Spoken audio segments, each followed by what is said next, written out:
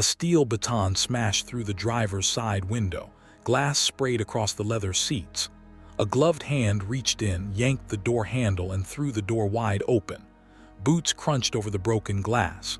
Two officers dragged everything out onto the pavement. A duffel bag, a folded blanket, a first aid kit. All of it hit the ground. They were looking for drugs. There were none. A big dog sat in the passenger seat and did not move. It only watched. Behind the wheel sat a man in his 50s. He did not shout. He did not fight. He folded his hands in his lap and let them tear his machine apart. His name was Marcus Whitfield, and these officers had no idea what he used to do for a living. What happened when they ran his plates froze the entire precinct. Stay with me on this one. Savannah wakes up slow in August. The heat rises off the pavement before the sun is even all the way up, and by 7 in the morning the air already feels thick enough to lean on. Marcus Whitfield was up before any of it. He always was. Old habits from a life he didn't talk about much anymore. He moved through his kitchen without turning on the radio, poured water into a steel bowl and set it on the floor. A big Belgian Malinois padded over, drank half of it, then sat and looked up at him like he was waiting for an order. His name was Kilo. He was 11 years old now, gray coming in around his muzzle, one back leg a little slower than it used to be, but those eyes still missed nothing. Marcus scratched behind his ears and said the same thing he said every morning. "Come on, old man, let's go for a ride."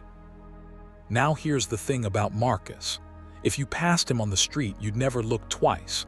Medium height, quiet. He wore plain clothes, a gray shirt, no logos, nothing flashy. He didn't walk fast and he didn't walk slow.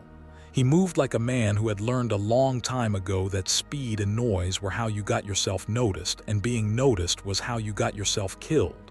He was retired now, had been for a few years, but the body remembers what the mind tries to set down. The one thing about him that turned heads was the Jeep. It sat in his driveway, black and low and heavy, the paint so clean it looked wet. From the outside, it looked like an expensive toy. It was not a toy. The glass was 3 inches thick and rated to stop a rifle round. The doors were lined with armor plating. The floor had a blast layer under the carpet. A vehicle like that, built to that spec, runs north of $800,000, and Marcus had earned every dollar of it in a career the public would never read about. He didn't buy it to show off. He bought it because for most of his adult life, riding in an unprotected vehicle was the fastest way to end up dead. The habit stayed with him. Some men keep a lucky coin. Marcus kept armor. Kilo hopped up into the passenger seat, slow but proud, and settled in. Marcus reached over and clipped the harness. Then he backed out of the driveway and pointed the Jeep toward downtown. He had a simple plan that morning. Drop off a check at the Veterans Outreach office where he volunteered on weekends, then swing by the hardware store, then home. That was it. That was the whole day. Downtown Savannah had a checkpoint set up that week. There had been a string of break-ins near the historic district, and the department was stopping vehicles, checking registrations, waving most people through. Routine. Marcus saw the orange cones and the 2 cruisers a block ahead and eased off the gas. He'd been through 100 checkpoints in his life, in places with a lot more at stake than a parking ticket. He knew the drill. Hands visible, speak plain, move slow. He rolled up to the line and stopped. 2 officers worked the checkpoint. The senior one was named Dale Renner, a thick man with a buzz cut and 15 years on the force. Most of them spent believing he could read a person's whole life in 3 seconds. The younger one was Tyler Boyd, maybe 26, still learning to copy whatever the older man did. Renner had been waving sedans and pickups through all morning, barely glancing at them. Then the black Jeep pulled up, and Renner's whole face changed. He didn't wave it through. He walked around the front of it slow, looking at the tires, the tinted glass, the price of the thing written all over it. He looked at the man behind the wheel.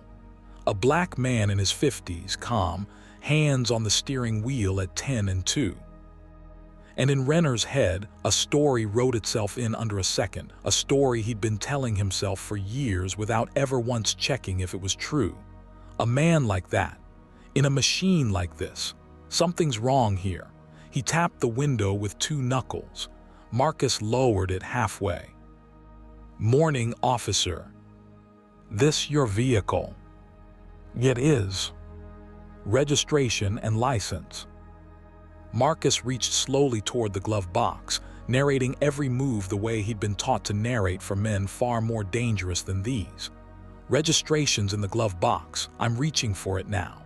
He handed over the paperwork and his license. Everything was clean. Everything was current. The Jeep was registered to Marcus Whitfield at his home address, paid in full, no liens, no flags. Renner looked at the documents like they were a lie he just had to catch. He read the name twice. He looked back at the Jeep, at the armor you could see in the seams if you knew what you were looking at. And he made a decision that was going to cost him everything. "Step out of the vehicle, sir." Marcus didn't argue. He'd learned that arguing with a man who has already decided is like arguing with the tide. "My dog's in the passenger seat," he said. "He's trained and he's calm. He won't move unless I tell him to. I'm going to step out now." He opened the door and stepped onto the pavement, keeping his hands where they could be seen.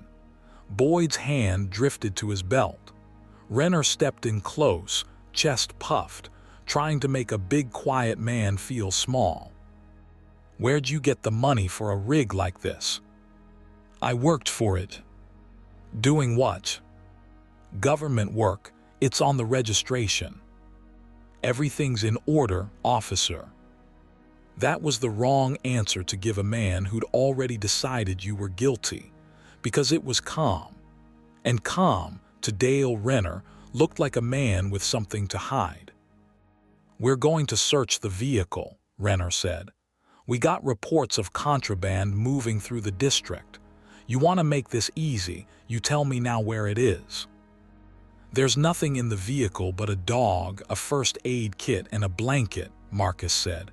"You're welcome to look, but I'd ask you to open the doors and look. Don't break my property." Renner smiled, and that's when it went bad. He didn't open the door. He pulled his baton, stepped up to the driver's window, and swung.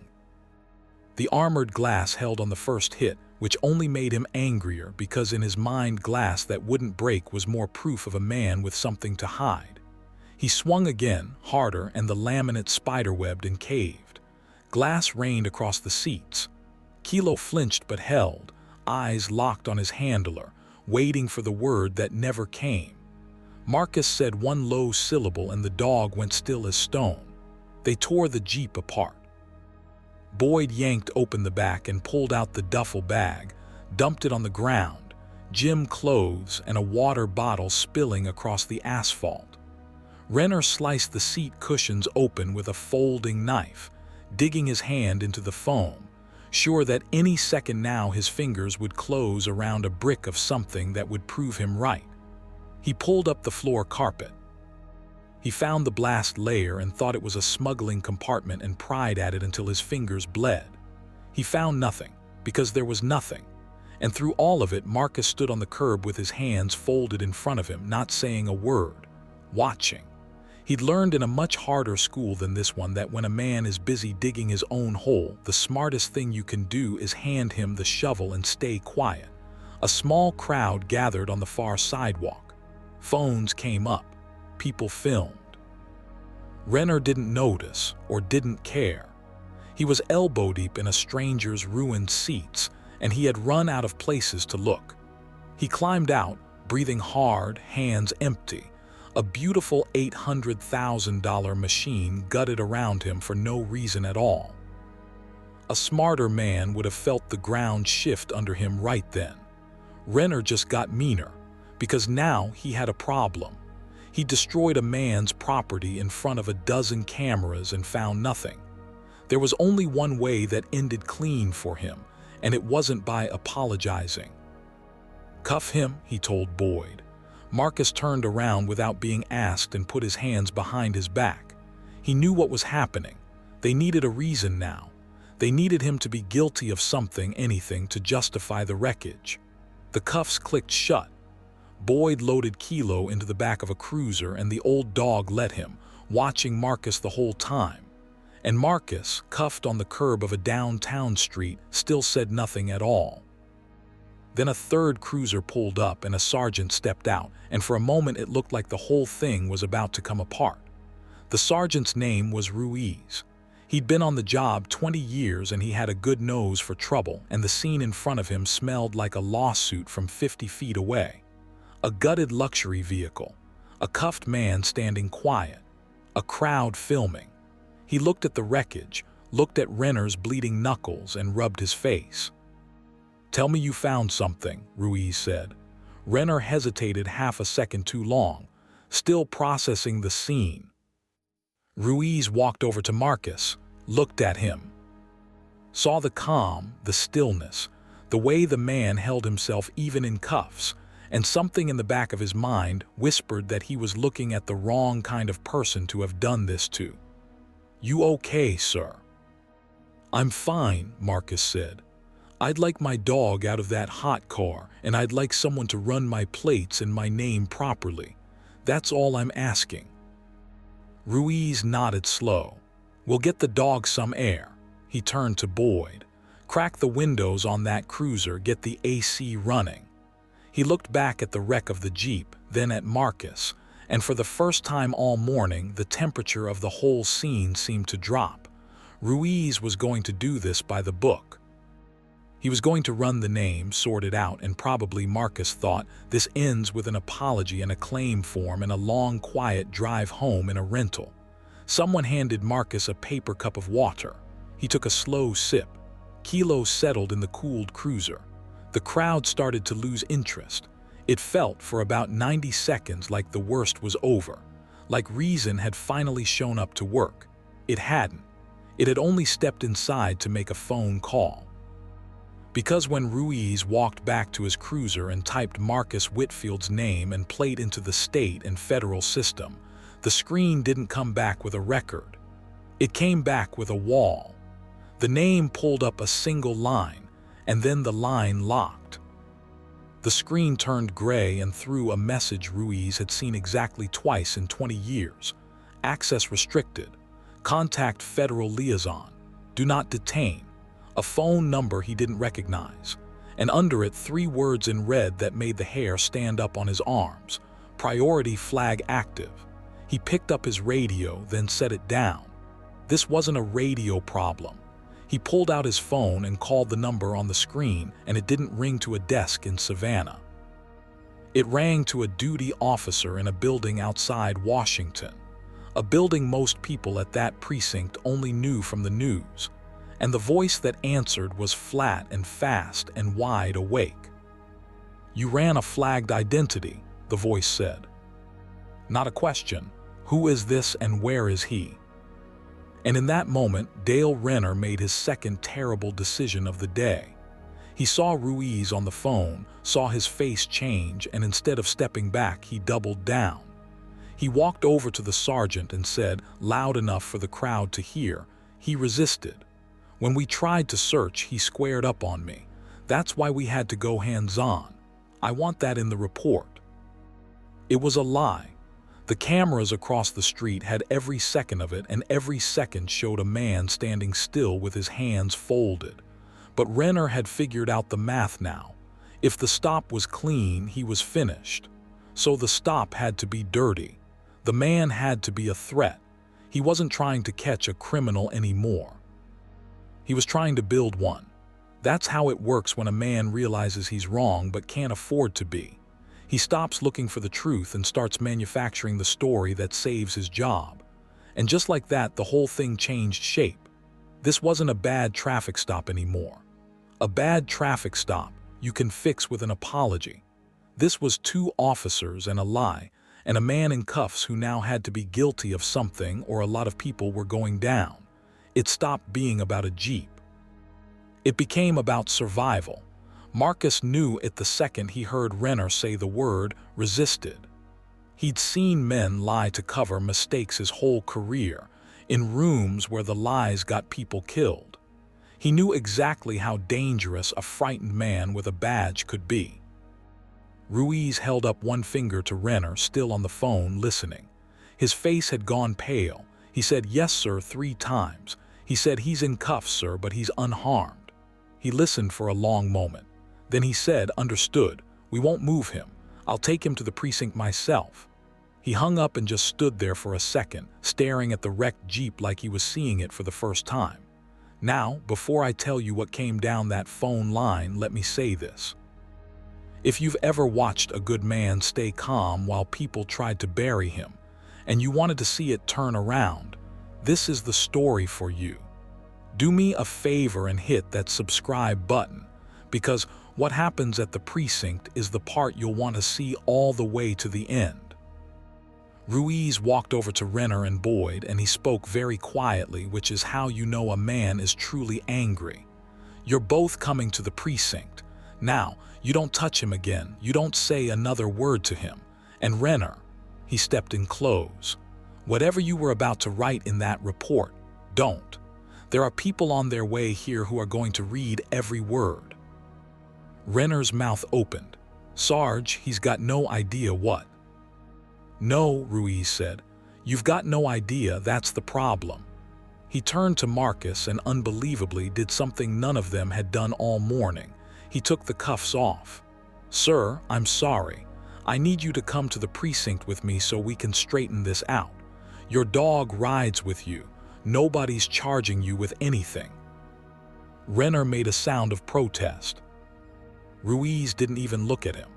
They put Kilo in Ruiz's cruiser, and the old dog climbed in next to Marcus and put his head on his knee. Marcus rode to the precinct in silence, his ruined Jeep shrinking in the mirror behind them, thinking about how many times in his life a small mistake by a scared man had almost ended everything, and how strange it was to be sitting in the back of a police car in his own hometown, because 2 men couldn't imagine that he'd earned what he owned. The precinct was busy that morning, phones ringing, the usual noise of a working station. Ruiz walked Marcus in through the front, not the back, and sat him in a chair by his own desk instead of a holding cell. Renner and Boyd came in behind, and word was already moving through the room the way it does, the way everybody can feel that something big just walked in the door even before they know what it is. The captain came out of his office. His name was Aldridge, 30 years on the job, a heavy, quiet man who did not like surprises. Ruiz met him halfway and spoke low, and Aldridge's eyes went to Marcus, then to the wrecked Jeep photos already coming in on a tablet, then to Renner, and his jaw tightened. "Everybody's going to want to explain themselves," Aldridge said. "Nobody's going to, not yet. We're waiting on a call." They didn't wait long. At 11 minutes past 10, the main line at the front desk rang, and the desk officer picked it up, and everyone watched him go straight. He held the phone out from his ear like it had gotten hot. "Captain," he said, "it's for you, he swallowed. "It's the Pentagon, a rear admiral. He asked for you by name." The room, which had been half noise a second before, went dead quiet. You could hear the air conditioning. You could hear a chair creak. Aldridge walked to the desk and took the phone, and he said, "This is Captain Aldridge." And then for a full minute he did not say anything else. He just listened. And the whole precinct watched the blood drain out of his face. Here's what came down that line, and I'll give it to you the way Aldridge got it, because he told it later and he told it straight. The man on the phone was a rear admiral in naval special warfare, and he did not raise his voice one time, and that was what made it terrifying. He said the name Marcus Whitfield, and then he said a string of words that most of the men in that precinct had only ever heard in movies. He said that the man sitting in their station was a retired special warfare commander. He said that for 19 years Marcus had planned and led operations that were classified at the highest levels. The kind of operations that only ever get announced years later, if they ever get announced at all. The kind where the men who run them are known to admirals and to almost nobody else. Around the base and the units, the older man told Aldridge they'd called Marcus the general, not because it was his rank, but because when Marcus walked into a room, generals stopped talking and listened. He had trained the men who train the men that country sends when there is no one else left to send. He'd been shot twice and buried men he loved and never once talked about any of it in public. And the armored jeep. The admiral almost laughed when he got to the jeep. That armored jeep, he said, was on file. It had been cleared and registered through a federal program for retired personnel who remained potential targets. In other words, the exact vehicle those two officers had smashed apart looking for drugs was documented in a federal database. As the protective vehicle of a man the government still considered worth protecting. "Your officers," the admiral said, "destroyed a decorated commander's property, cuffed him on a public street, and I'm told one of them is now trying to build a resisting charge. Is that accurate, Captain?" Aldridge looked at Renner. "I'm still gathering facts, sir." "You're not," the admiral said. "You have facts. There's video all over the internet already. I'm looking at it right now. So here's what's going to happen." And Aldridge listened and wrote, and when he hung up, he set the phone down very carefully like it might go off. He turned around and faced his own station. Every officer in the room was standing. Renner was white. Boyd looked like he might be sick. Aldridge walked over to Marcus, and this 30-year captain in front of his whole precinct did something none of them had ever seen him do. He straightened up and he said, "Commander Whitfield, on behalf of this department, I am sorry. What was done to you this morning was wrong, and it was done for the worst reason there is." He turned to the room. "This man served this country for 19 years in ways most of us can't be told about. And we broke his window, looking for a reason to be right about him." Marcus stood up slowly. He didn't gloat. That was the thing that got people, the thing they talked about after. He had every reason in the world to tear that room apart, and he didn't. He looked at Aldridge, and he nodded once, and then he looked past him at Renner. "I want to say something to him," Marcus said, "just him." Aldridge nodded. Renner didn't move, so Marcus walked to him. Kilo came off the floor and walked at his side, gray muzzle and all, and stopped when Marcus stopped. "You looked at me this morning," Marcus said, quiet so the whole room had to lean in to hear it, "and you decided you already knew the whole story. Man like me, machine like that, something's wrong. You didn't ask a single real question, you just started swinging." He let that sit. "I've had men point rifles at me who knew less about me than you assumed you did. And you know what they had that you didn't? They were at least willing to be wrong. You weren't. That's the difference between a dangerous man and a coward, Officer Renner. A dangerous man can be talked to. A coward has already decided, and then he lies to protect the decision. You lied about me not 30 minutes ago, in front of cameras, to save your job." Renner opened his mouth. Nothing came out. "I'm not going to hit you," Marcus said. "I've spent my whole life around men who solve things with their hands, and I promise you that's not the thing you're afraid of. The thing you're afraid of is what's already happened. You can't take it back. There's video. There are federal people on the way, and every man in this room just watched you get told exactly who I am." He stepped back. "I don't have to do anything to you. You already did it to yourself. I just handed you the shovel." Then he turned to the captain. "The admiral's people are going to want statements. I'll give mine. All I want in it is the truth, the whole truth, including the part where Sergeant Ruiz took the cuffs off me before he had to. Put that in there too. A man who does the right thing when it's inconvenient should get his name in the record, same as the men who did the wrong thing." Ruiz, standing by the wall, looked down at the floor and swallowed hard. The federal people did come. Two of them, plain clothes, quiet and fast, and they were in Aldridge's office for a long time. What came out of that room over the next few weeks was slow and grinding, the way real justice usually is. No explosions, just paperwork with teeth. Dale Renner was done. Not just suspended, done.